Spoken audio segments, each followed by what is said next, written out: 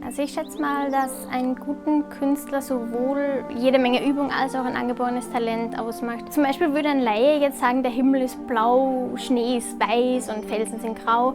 Aber ein Künstler würde jetzt hergehen und einen Berg aus der Ferne betrachten und sagen, eigentlich besteht Schnee ja aus so verschiedenen Farbtönen, also von hellbeige bis zu blaugrau. Da braucht man schon wirklich viel Übung, dass man das mit der Zeit dann richtig auf die Leinwand bringt. Und Talent allein reicht nicht, Übung allein reicht nicht.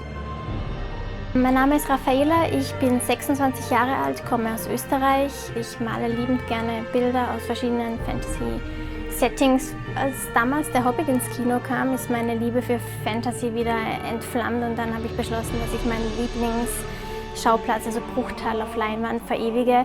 Und ja, seither male ich und habe auch meine Kunst auf diversen sozialen Netzwerken veröffentlicht, also YouTube, Facebook, Instagram. Zusätzlich bin ich noch Gamer, also ich spiele auch wahnsinnig gern Fantasy, Skyrim zum Beispiel, Elder Scrolls Online, The Witcher. Mein größter Traum ist es eben eines Tages mal von der Kunst leben zu können. Also derweil ist es noch ein Hobby, aber mal schauen, wie es sich weiterentwickelt.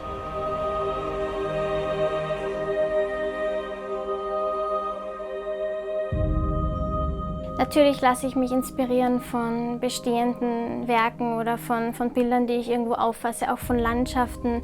Wenn ich jetzt wandern gehe und mache Fotos und dann versuche ich, dass ich mir eine Burg drin vorstelle. Und also ich kombiniere das dann alles zu einem neuen Werk. Meistens erscheint mir aber auch irgendein gewisses Motiv einfach im Kopf und dann versuche ich, dass ich das schnell auf Leinwand bringe. Und das ist dann eigentlich ein ziemlich schneller Prozess, also von der ersten Skizze her bis zum fertigen Bild. Bei Motiven zu meinen Lieblingsvideospielen wie Skyrim, The Witcher fällt es mir eigentlich ziemlich leicht, dass ich hier Inspiration finde. Also ich glaube, jeder Gamer kann das nachvollziehen, wenn man jetzt in seiner Landschaft steht und die Atmosphäre nur auf sich wirken lässt. Und gerade als ich Skyrim das erste Mal gespielt habe, wollte ich da auch aus alles malen, weil es einfach so wunderschön ist. Und für mich ist das einfach Kunst, wenn man Gefühle und Emotionen mit Ästhetik kombiniert und das dann in Form eines Bildes so ausdrückt, dass es der Betrachter dann genauso aufnimmt.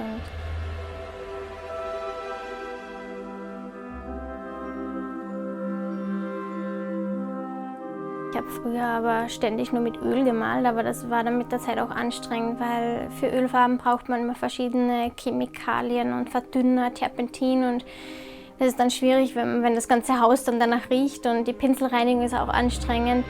Und ja, deswegen habe ich mich dann auf Acrylfarben spezialisiert und die sind viel dünner in der Konsistenz und ermöglichen die Darstellung von Details und Feinheiten viel besser. Und es geht auch viel schneller, weil die Trocknungszeit sind ca. 10 Minuten und bei Öl waren es 4 bis 6 Tage.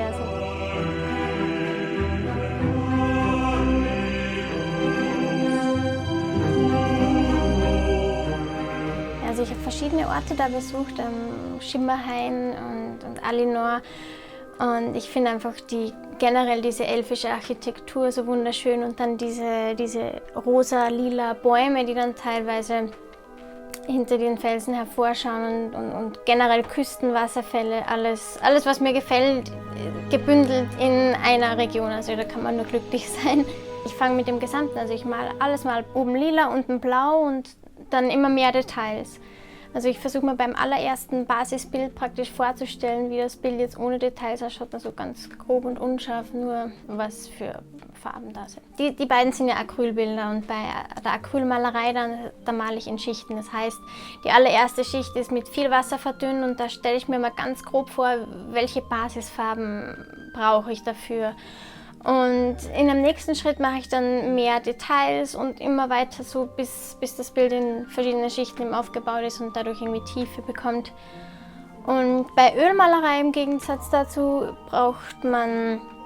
beginne ich meistens dann mit einem Fleck und arbeite mich so weiter, weil Ölmalerei ist ja wie gesagt deckend, das heißt, ich sehe meinen unteren Entwurf dann nicht mehr und dann versuche ich erst zum Beispiel einen Himmel und die Gebäude lasse ich dabei aus und Schritt für Schritt weiter.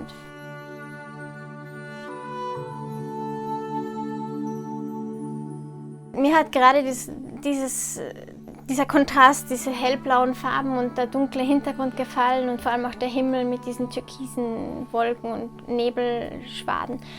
Und auch diese Nervenzellen hier, die mit ihren Tentakeln über den ganzen Himmel gehen. Und ja, mir hat das sehr gefallen. Das war ein ganz anderes als meine bisherigen Bilder. Und gerade bei dem hier war die Herausforderung, dieses Leuchten besonders zu betonen. Also dieser Kontrast, dunkler Hintergrund und diese leuchtenden Pilze, dieses leicht psychedelisch wirkende.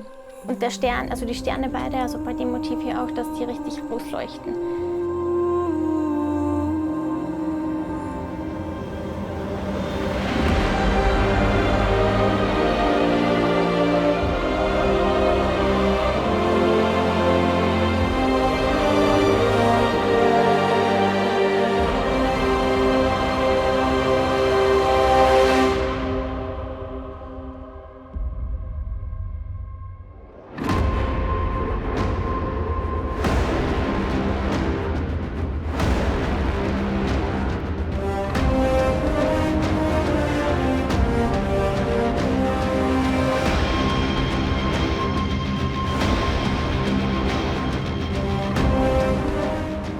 Die Sammlung, die ich seit meinem 15. Lebensjahr aufgebaut habe. Ich habe jetzt gar nicht nachgezählt, wie viele das sind, aber ja, also von den ganz besonders feinen, da braucht man schon immer wieder neue, weil sich die dann mit der Zeit auch abnutzen und struppig werden. Ich weiß auch nicht, wie man das verhindert, also meine werden immer struppiger.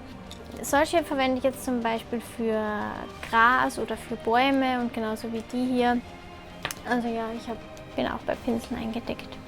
Ich weiß, ich habe zu viel, als ich eigentlich brauche, aber ja, wie gesagt, es ist eine Sammlung seit meinem 15. Lebensjahr und dann weiß ich dann teilweise nicht mehr, was habe ich schon zu Hause und dann nehmen wir den mit und so und ja, so läppert sich das zusammen.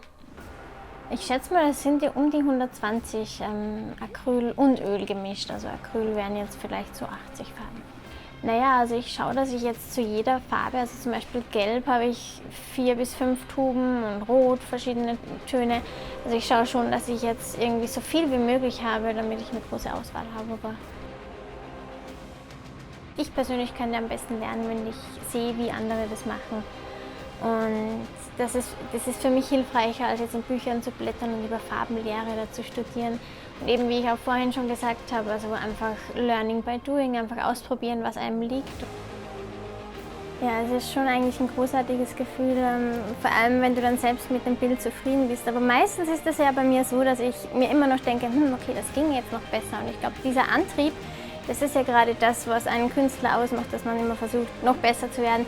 Aber trotzdem bin ich immer wieder auf meine Werke dann stolz, wenn sie mir gelungen sind und auch wenn ich dann noch Bestätigung von meinen Followern bekomme. Und ja, ist immer ein schönes Gefühl.